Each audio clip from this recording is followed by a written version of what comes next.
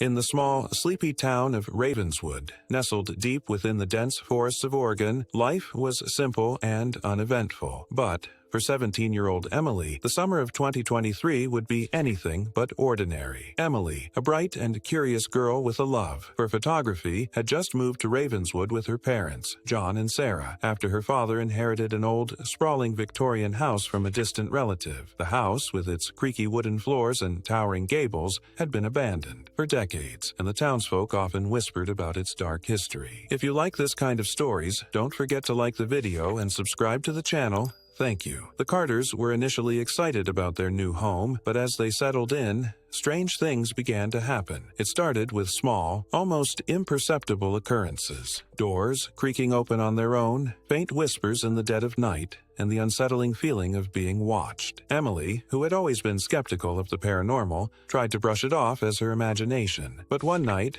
as she was developing photos in the makeshift darkroom she had set up in the basement, she noticed something strange. In every picture she had taken of the house, there was a shadowy figure lurking in the background, its face obscured, but its presence undeniable. Fear began to creep into Emily's heart, but she couldn't shake her curiosity. She decided to investigate the history of the house, hoping to find some logical explanation. Her search led her to the town's elderly librarian, Mrs. Thompson, who reluctantly shared the story of the house's previous owner, a reclusive man named Samuel Blackwood. Samuel had been accused of practicing dark rituals and communicating with spirits. The townspeople believed that his soul was trapped within the house, unable to move on. As the days passed, the paranormal activity intensified. Emily's parents, who had initially dismissed her concerns, began to experience the phenomena themselves. Sarah heard a child's laughter echoing through the halls, while John saw shadowy figures darting across the rooms. The family's once happy home had become a prison of fear and anxiety. One stormy night, as the wind howled and rain lashed against the windows,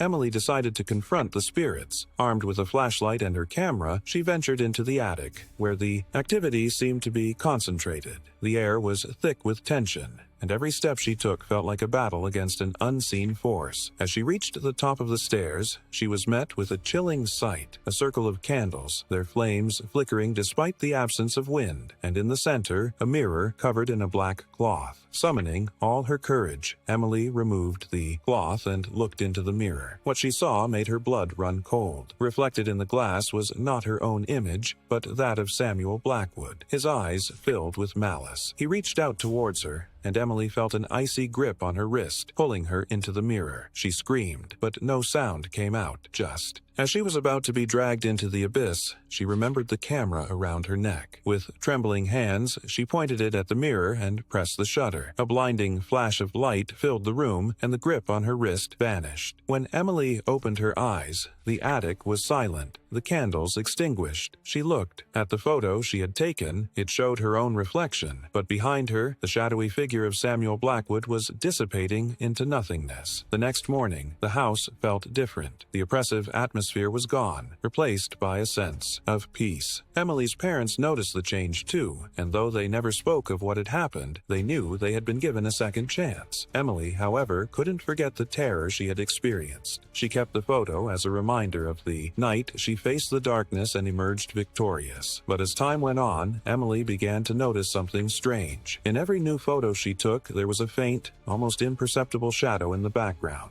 It was subtle, but it was there, a reminder that some things, once awakened, can never truly be put to rest. The Carters stayed in the house, their lives returning to a semblance of normalcy, but Emily knew that the shadows were still watching, waiting, and she couldn't shake the feeling that one day they would return. Thank you for watching until the end. You are amazing, and we would love to have you back. If you liked this video, don't forget to like and subscribe to the channel. Thanks for being with us.